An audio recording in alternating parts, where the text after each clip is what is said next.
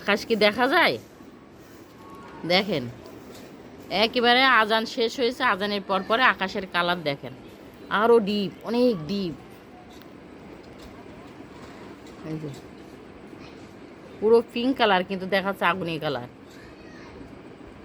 আকাশটা পুরো pink colour. এই যে শুভ সন্ধ্যা সবাইকে।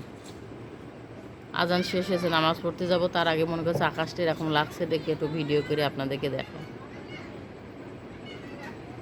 দেখেন কত সুন্দর ভিউ।